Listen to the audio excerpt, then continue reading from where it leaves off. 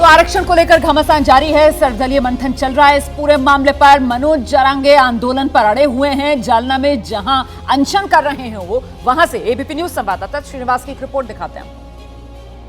महाराष्ट्र में एक बार फिर से मराठा आंदोलन की मांग को लेकर आंदोलन उग्र होता जा रहा है। एक बार फिर से इस आंदोलन के अगुआ मनोज जारंग पाटिल फिर से अनशन पे हैं। आज 8वां दिन है और महाराष्ट्र के कई जिलों में ये आंदोलन उग्र होता जा रहा है। हालांकि कुछ जिलों में बीड और उस्मानाबाद जैसे जिलों में कर्फ्यू भी लगाया गया। इस वक्त हम जहां मौजूद हैं, ठीक हमारे पीछे आपको तस्वीर देख सकते हैं। आमरण अनशन पे बैठे मनोज जारंग पाटिल, अभी उनके साथ मुख्यमंत्री के कुछ लोग हैं जो उनसे बातचीत कर रहे हैं। हालांकि ये बातचीत अभी किसी निष्कर्ष पे नहीं पहुंची है। कल भी मुख्यमंत्री ने अपने नेताओं के साथ एक बड़ी बैठक की और तमाम चीज़ों पे विचार किया कि आखिर किस तरह से इस आंदोलन को शांत किया जाए और इनकी मांगों को कैसे पूरा किया जाए। लेकिन आप देख सकते हैं कि लगातार महाराष्ट्र के कई जिलों में ये आंदोलन लगातार उग्र होता जा रहा है। अब तक तकरीबन 90 लोगों को पिछले 2 दिनों में गिरफ्तार किया गया है। इस आंदोलन के दौरान कई नेताओं के घर पे पत्थरबाजी हुई, दफ्तर फूके गए।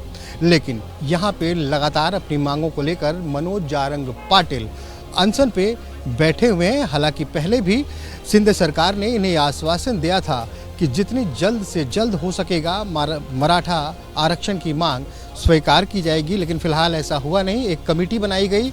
अब ये भी बात चल रही है कि उस कमेटी की सीमा जो मराठा आरक्षण के बारे में विचार कर रही है, उसके कार्यकाल की सीमा 24 दिसंबर तक बढ़ाई जाए। हालांकि मनोज जारंग पाटिल ने 40 दिन का एक अल्टीमेटम दिया था, लेकिन उसके बाद भी उस पर कोई निर्णय नहीं आ पाया। तो एक बार फिर से मनोज जारंग पाटिल आमरण अनशन पे हैं और आसपास के तमाम जिले में मराठा आरक्षण को लेकर आंदोलन उग्र होता जा रहा है। कैमरामैन अजीत गुप्ता के साथ श्रीनिवास, अंतलवारी, महाराष्ट्र। सुलह का रास्ता क्या लग रहा है आपको, सर्वदलीय बैठक से निकल पाएगा? अब सर्वदलीय बैठक पे सवाल उठ गया। हाँ। संजय राउत ने कहा कि उद्धव ठाकरे को नहीं बुलाया, तो सर्वदलीय बैठक ही गैर कानूनी उन्होंने बता दिया। तो दूसरी बात यह है कि सुलह का रास्ता, तो देखिए ऐसा है कि बड़ा जटिल प्रश्न है। जटिल इसलिए है कि मराठा आरक्षण हो, जाट आरक्षण हो, पटेल आरक्षण हो, इन गुजर आरक्षण हो, इनको लेकर सारे राजनीतिक दलों का दोहरा रवैया है। जब वो विपक्ष में होते हैं तो आरक्षण को हवा देते हैं और जब सत्ता में आते हैं तो उससे बचने लगते हैं। तो इसलिए ये सारी समस्याएं बन रही हैं। और मराठा आरक्षण, और यहाँ तो बड़ी दिलचस्प स्थिति इस रूप में है कि मराठा आरक्षण चाहे वो कांग्रेस वाली सरकार हो, बीजेपी वाली सरकार हो, सबने दिया, लेकिन फिर अदालत में पहुंचकर वो खारिज हो जाता है क्योंकि 50% जो सीमा है उसको वो क्रॉस कर जाता है। इसीलिए सवाल महत्वपूर्ण कि रास्ता निकलेगा कैसे।